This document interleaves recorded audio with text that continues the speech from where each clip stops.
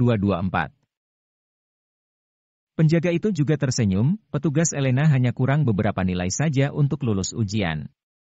Asalkan petugas Elena lulus, Jensen pasti akan bergabung kapan saja.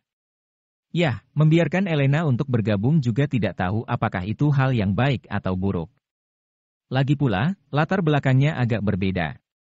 Jika orang di ibu kota tahu, aku khawatir itu hanya akan menjadi masalah.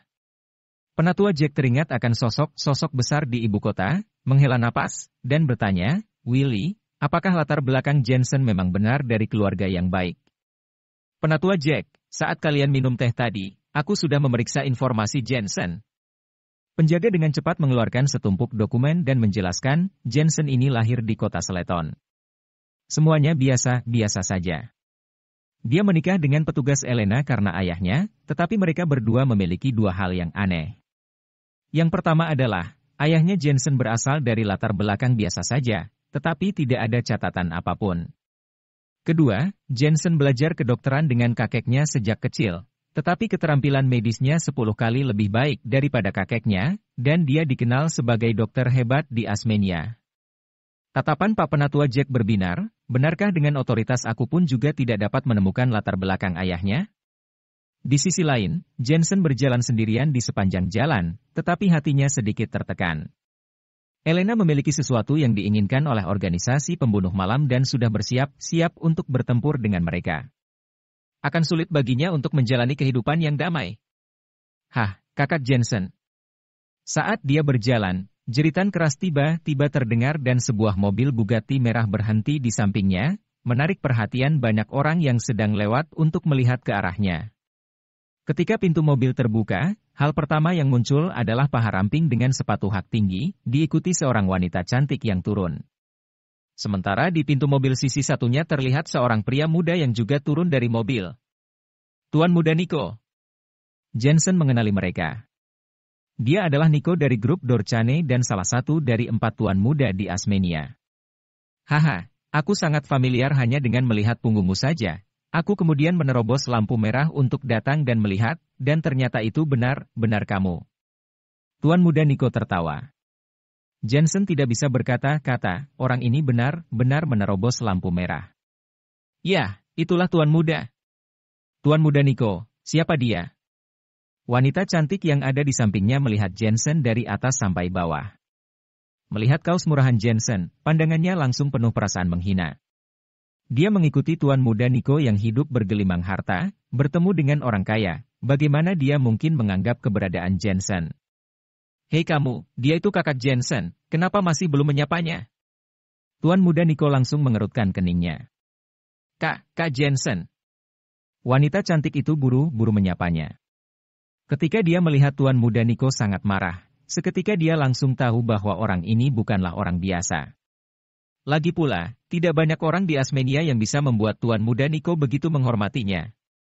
Jensen mengangguk wanita cantik itu dan bertanya, di mana Zaki? Haha, dia akan datang nanti sebentar lagi. Kita sudah janjian untuk makan lobster bersama. Kak Jensen, bergabung dengan kami yuk. Kamu di siang hari begini mau makan lobster, benar-benar unik. Ayo kalau begitu, kita pergi makan bersama. Jensen kebetulan sedang tidak ada urusan, lebih baik pergi bersama mereka. Ayo, masuk ke mobil. Tuan Muda Nico segera menarik Jensen. Jensen menatap Bugatti itu sembari menggelengkan kepalanya. Mobil mewahmu menjadi perhatian di mana-mana, mungkin saja besok akan menjadi berita hangat, lebih baik kita berjalan saja. Boleh saja, tapi Kak Jensen, kamu sekarang juga adalah orang yang populer di Asmenia. Aku telah melihat Aula Singlin, MU muncul di TV. Iyakah, ada aku tidak. Jensen benar-benar tidak suka menjadi perhatian di mana-mana. Tidak ada kamu, tapi ada Aula Singlinnya. Sekarang Aula Singlin menjadi sangat terkenal. Oh iya, ngomong-ngomong, aku berarti tidak perlu mengantri jika mau menemuimu untuk berobat, kan? Jangan khawatir, langsung telepon aku saja. Mereka berjalan sambil berbicara. Tak lama kemudian, Zaki juga datang dan sangat senang saat bertemu dengan Jensen. Mereka menemukan sebuah restoran lobster segar ternama. Dekorasi restorannya sangat biasa, tapi rasanya seperti tahun 1980-an. Di dalamnya juga ramai, tak disangka bisnisnya sangat bagus. Jensen pun kehabisan kata-kata. Tuan muda Nico ini selalu berada di restoran bintang 5, bagaimana bisa suka datang ke tempat seperti ini? Tuan muda Nico memesan sepiring besar lobster hingga meja terisi penuh, lalu memesan belasan botol bir, sangat membeludak. Tuan muda Nico, bukankah keluargamu akan membuka pusat pakaian? Apakah ada proyek yang bagus? Saudaramu ini hampir mati karena miskin. Zaki yang sedang makan lobster keringatan karena kepedasan, lalu menengguk bir, merasa cukup senang. Kenapa kamu perlu begitu banyak uang? Tidak takut kalau nanti diselidiki oleh ayahmu? Tuan muda Nico dan Jensen saling bersulang, harus diakui minum bir dan makan lobster di tempat yang ramai ini juga ternyata sangat enak. Zaki menuangkan segelas bir sambil berkata, ayahku adalah ayahku, aku adalah aku, dia tidak mungkin melarangku berbisnis. Selain itu, aku juga tidak ingin banyak uang, cukup memenuhi keperluanku saja sudah pas. Cukup? Bukannya kamu ingin mengganti mobil untuk menjemput perempuan? Tuan muda Nico berkata dengan nada menghina, baiklah, aku akan meninggalkan sedikit toko untukmu. Saat itu tiba, kamu kumpulkan saja biaya sewanya, mau tidak? Kakak Jensen, apakah kamu juga mau bergabung? Boleh. Jensen mengangguk, lalu mengeluarkan ponsel untuk memeriksa rekeningnya, melihat masih ada cukup banyak uang. Tampaknya, Downing International telah mengirimkan gajinya, bahkan juga ada tambahan komisi. Aku juga akan menginvestasikan 80 juta yuan. Jensen menginvestasikan semua uangnya. Sebenarnya, setelah menjadi direktur, dia sering tidak punya uang. Tapi jika dihitung dari jumlah aset, sebenarnya dia bisa langsung meminta perusahaan untuk mengirimkan uang jika dia ingin membeli sesuatu, kemudian baru dipotong dari gaji tahunan perusahaan. Jadi, Jensen sebenarnya juga tidak tahu berapa banyak aset yang dimilikinya, tetapi diperkirakan secara konservatif jumlahnya mencapai ratusan juta yuan. Saat teringat akan perihal membeli toko, maka dia akan mendapat uang tunai setelah mengumpulkan uang sewa. Dia tidak perlu menggunakan uang perusahaan untuk membeli apapun. Selain itu, biaya sewa di Jalan Aula Singlin seharusnya cukup dibayar dengan uang sakunya setiap bulannya. 80 juta yuan. Tuan muda Nico sedikit terkejut, tapi dia sudah menerima transfer dari Jensen.